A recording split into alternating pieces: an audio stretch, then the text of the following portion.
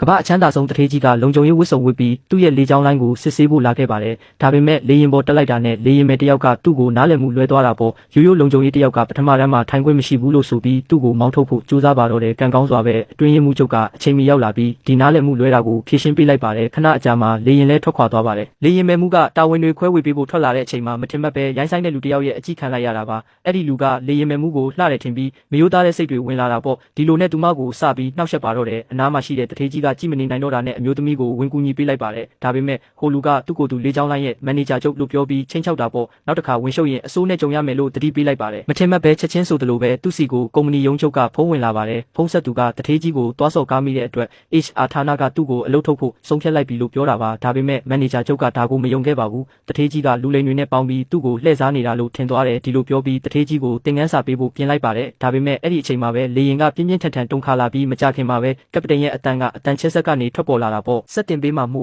ဇလန်းလေးကိုသဘောကျရင်ဖော်လို့လုပ်ခဲ့နော်။လေရင်ကမိုးကြိုးမုန်တိုင်းနဲ့ကြုံတွေ့ခဲ့လို့အနီးနားကလေစိတ်တွေကိုဘေးကင်းကင်းမစင်းတက်နိုင်တော့ပါဘူး။ဒါကြောင့်ကပတိန်ကအရေးပေါ်ဆင်းသက်ဖို့ဆုံးဖြတ်လိုက်ရပါတယ်။အရေးပေါ်ဆင်းသက်တာဟာပြက်ကျတာနီးပါအနေအများမှန်းသိလိုက်ရတဲ့အခါမန်နေဂျာချုပ်ကအရန်ကိုကြောက်လန့်သွားတော့တာပဲသူ့အသက်ကလေရင်ပေါ်ကတခြားသူတွေထက်ပိုတန်ဖို့ရှိတယ်လို့တွေးပြီးဘေးကင်းတဲ့နေရာရှာခိုင်းဖို့လေရင်မဲမှုကိုအမိတ်ပေးပါတော့တယ်။မန်နေဂျာချုပ်ဘလောက်အရှက်မရှိတလဲမြင်လိုက်ရတော့တထေးကြီးကဝင်ပြောလိုက်ပါတယ်။လူတိုင်းကိုကဲဖို့လေရင်ဘေးကင်းကင်းဆင်းသက်နိုင်မဲ့နေရာတနေရာကိုသူသိတယ်လို့ပြောလိုက်တာပါ။ဒီလိုနဲ့လေရင်မဲမှုကသူ့ကိုကပတိန်စီခေါ်သွားပါတယ်။တထေးကြီးကရှေ့မှာပြိုင်ကားကွင်းတစ်ခုရှိပြီးအဲ့ဒီလမ်းကြောင်းပေါ်မှာလေရင်ကိုဘေးကင်းကင်းဆင်းသက်နိုင်ကြောင်းကပတိန်ကိုပြောပြလိုက်ပါတယ်။ဒါပေမဲ့ကပတိန်မတုံ့ပြန်ခင်မှာပဲမန်နေဂျာချုပ်ကဒါဟာအတိတ်ပဲမရှိတဲ့စကားလို့ပြောလာပါတယ်။ပြိုင်ကားကွင်းဆိုတာလေရင်ဆင်းဖို့လုပ်ထားတာမဟုတ်ဘူးလေမန်နေဂျာချုပ်ကအရန်ထိတ်လန့်ပြီးထိချုပ်ခလုတ်တွေကိုလူယူဖို့ကြိုးစားတာပေါ့။ကံကောင်းစွာပဲတထေးကြီးကသူ့ကိုအချိန်မီတွန်းထုတ်လိုက်ပါတယ်ပြီးတော့တွဲဖက်လေရင်မှုကစစ်ဆေးကြည့်လိုက်တော့အဲ့ဒီပြိုင်ကားကွင်းကတကယ်ပဲဘေးကင်းကင်းဆင်းသက်နိုင်မှန်းသိသွားတယ်။ဒါကြောင့်ကပတိန်ကတထေးကြီးရဲ့အကြံကိုလက်ခံလိုက်ပါတယ်။ဒါပေမဲ့မန်နေဂျာချုပ်ကတော့မယုံသေးပါဘူး။